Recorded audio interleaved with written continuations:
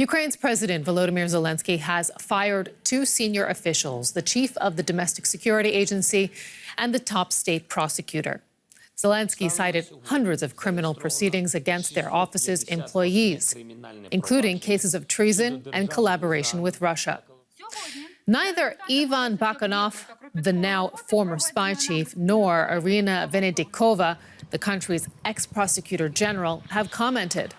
The decision comes as Ukrainian and British military officials claim Russian forces are regrouping and preparing for their next offensive in both eastern and southern Ukraine. And our correspondent, Fanny Fachar, is in Kyiv. There's talk of treason there, Fanny. How big of a shock is this?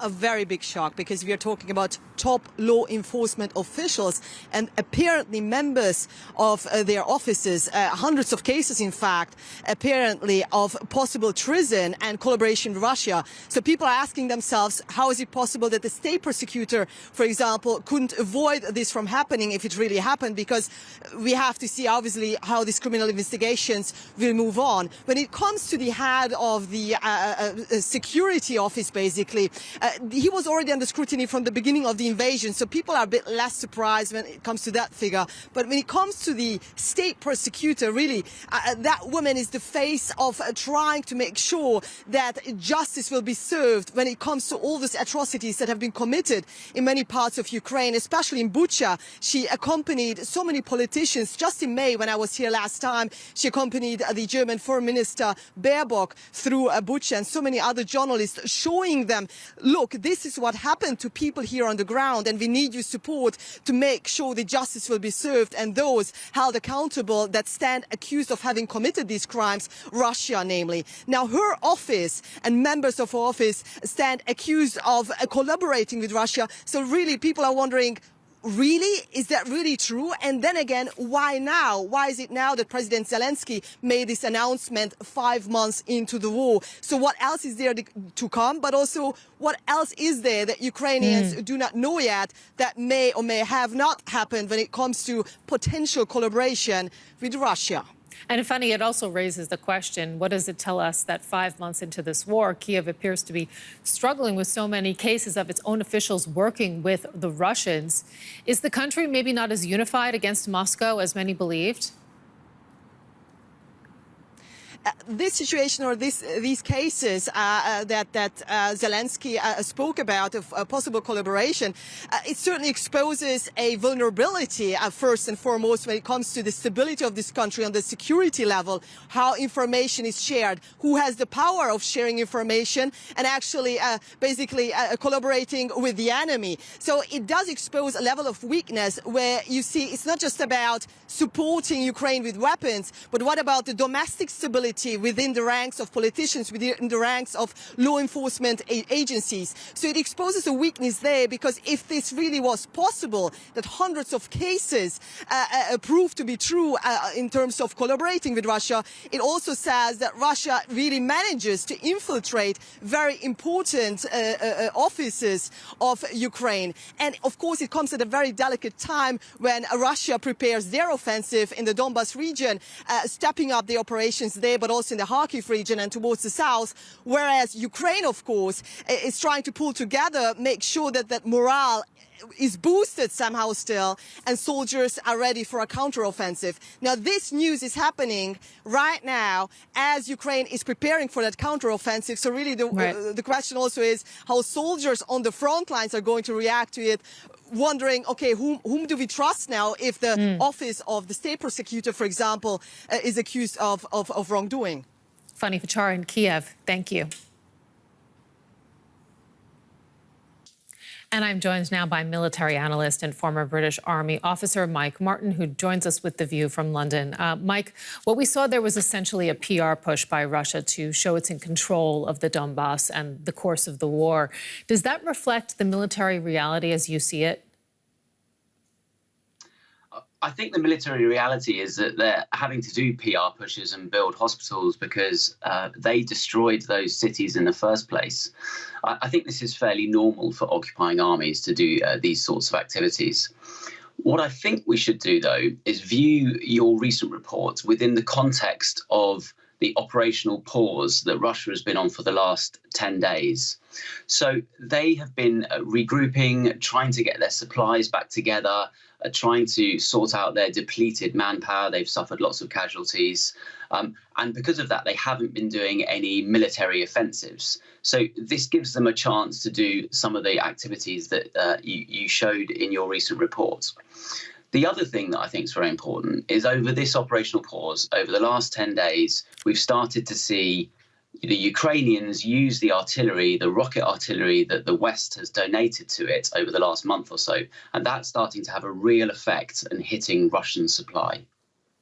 And we've seen, in the meantime, I'd just like to bring our viewers' attention to the barrage of Russian attacks on civilian targets in recent days, some far away from the front lines. What should we make of that? I think that if you are striking civilian targets, then you are not striking military targets. And so, again, I think it fits into this idea that the Russians have taken 10 days out of the war to regroup and restock. But of course, whilst they're doing that, they want to demonstrate that they are still relevant. And so a fairly easy way to do that is to throw unguided missiles into civilian areas. But I think because they're hitting civilian targets and not military targets, these attacks will have absolutely no strategic consequence for the war whatsoever. So where do you then see the war going from here, especially considering that neither side has reported huge gains in recent weeks?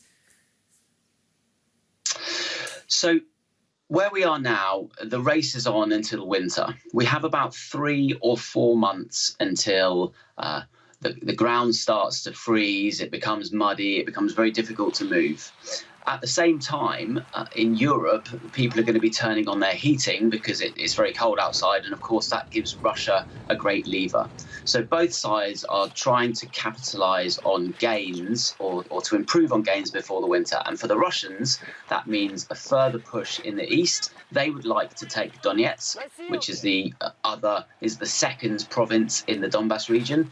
And the Ukrainians have announced that they will be making a push in the south. In Kherson, Zelenskyy said last week he was pulling together a 1 million-man army to retake the south. And so those will be the two centres of activity over the next few months.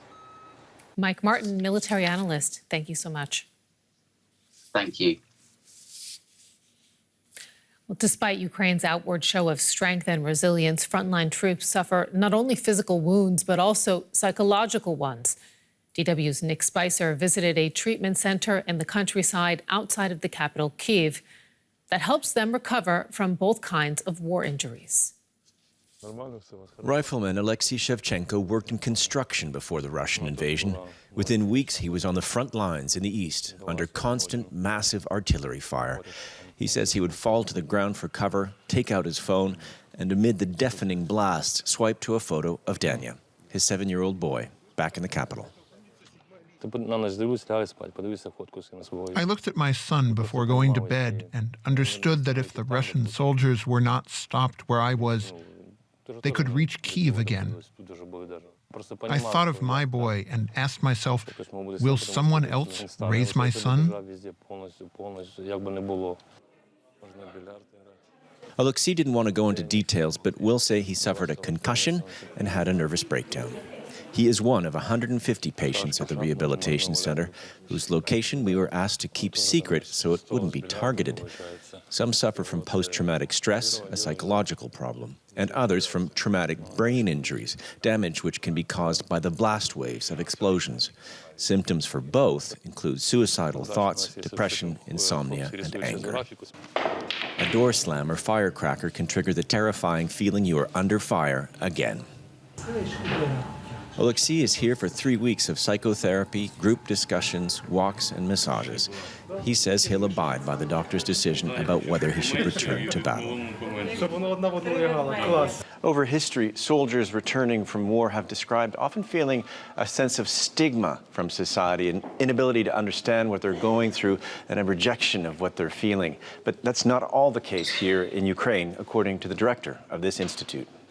We believe in victory, in the power, strength, and experience of our soldiers. every loss will be in the heart of every Ukrainian. I think that helps them. The belief that we are here, standing behind them. There are people who respect them immensely and are proud of them. It is very important for them to know about this, and we constantly tell them. Maxim is an explosives expert and has been fighting since 2014, when Russia annexed Crimea and parts of the east. He likes looking at the murals at the center to lift his morale. He suffers from combat-related stress. Here, working with psychologists helps a lot. If a person is whole, has arms and legs, it does not mean that everything is normal with the person. His psyche is disturbed. Maxim says he is burdened by many memories, like when his men moved into a town just occupied by the Russians, who had shot people, attached explosives to their bodies, and buried them. Local people wanted us to work faster. They kept asking us to go from one yard to another. It took us 3 days to clean all the yards and gardens in this village. We found a total of 5 buried bodies that were booby-trapped. Maxim says his men call him every day. They want him to come back. He says he knows it will be hard to return, but that he must.